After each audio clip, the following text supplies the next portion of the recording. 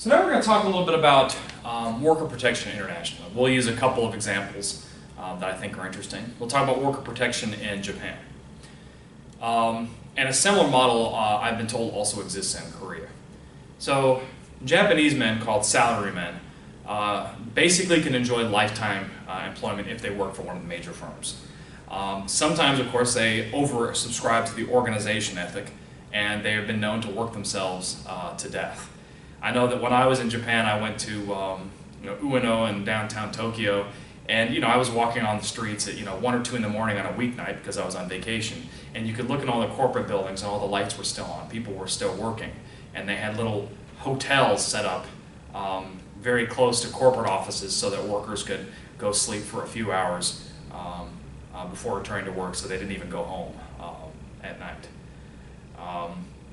An interesting thing with Japan also is that labor unions never really developed in Japan. And do you remember I talked about in a couple of my modules what we called Kaizen?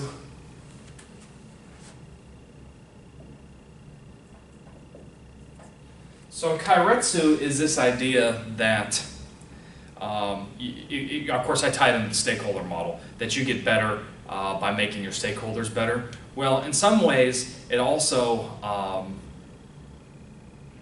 has translated into this idea that management and labor can develop kind of close, positive relationships with each other, almost like mentorship type relationships. And so there was never that strong divide between labor and management fissure.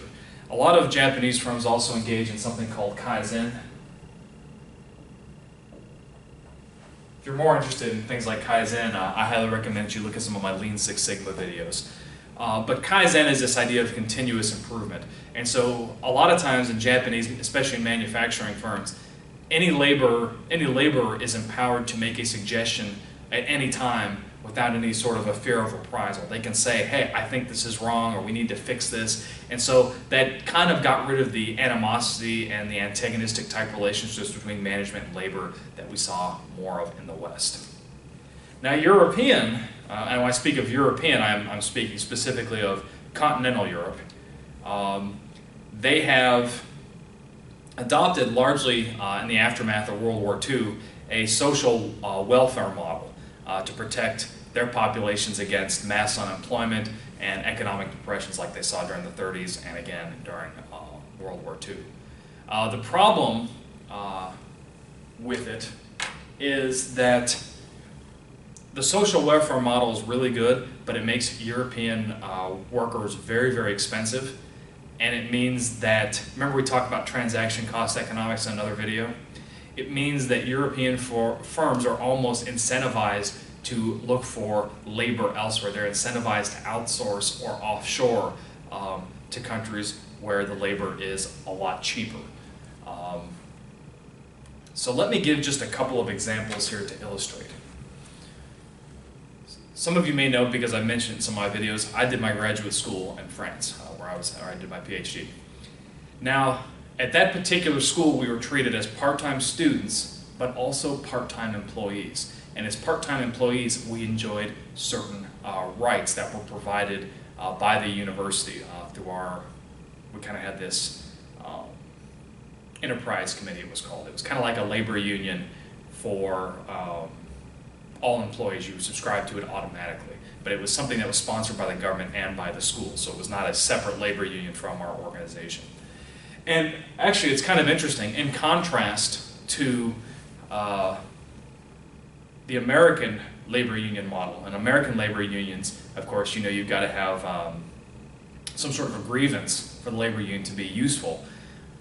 Our French labor union model, there were all sorts of things that were good for you that came from the labor union that had absolutely nothing to do with workplace grievances. So our university, well, first of all, the government provided certain benefits automatically that had nothing to do with our being a labor union. We got universal health insurance. I believe the French government paid 70% of any healthcare costs, and the healthcare costs were very low. If you went to see a primary care doc, it was 23 euros. That was about $30 at the time. The government reimbursed you 70%, and because I was an employee, I had supplemental insurance to pay the remaining 30%, I believe it was.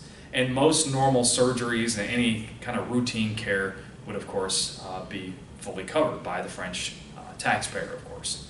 Of course, you also get what you pay for. When a doctor visit costs $30, it's worth about $30, so just keep that in mind. We also got rent subsidies.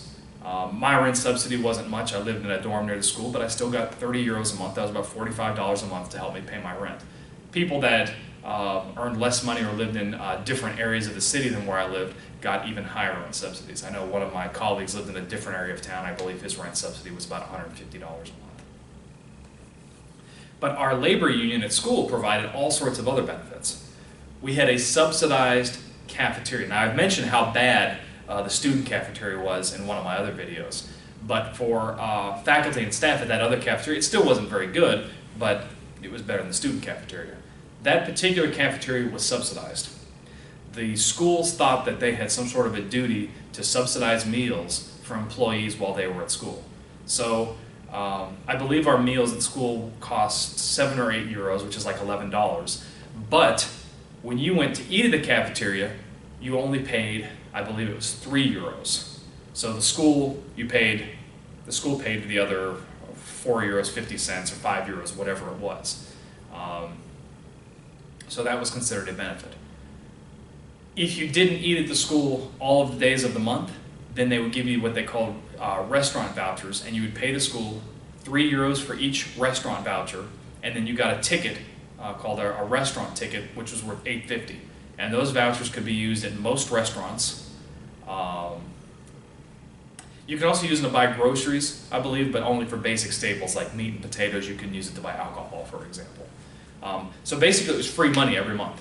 You could get up to 15 of these vouchers per month depending on how many times you ate the cafeteria. So you only ate the cafeteria 15 days or 10 days out of the month. You could get a full 10 restaurant tickets. So that was worth, a voucher's worth, I don't know, $45, $50, something like that. So that was, kind of subsidizing your meals. We also got vacation vouchers every year. You paid somewhere between 30 and 90 euros per year, and they gave you this ticket book with 180 euros worth of coupons, and you could use them for hotels, Air France tickets, train tickets, all sorts of things, right? Let's see. We had book vouchers one year.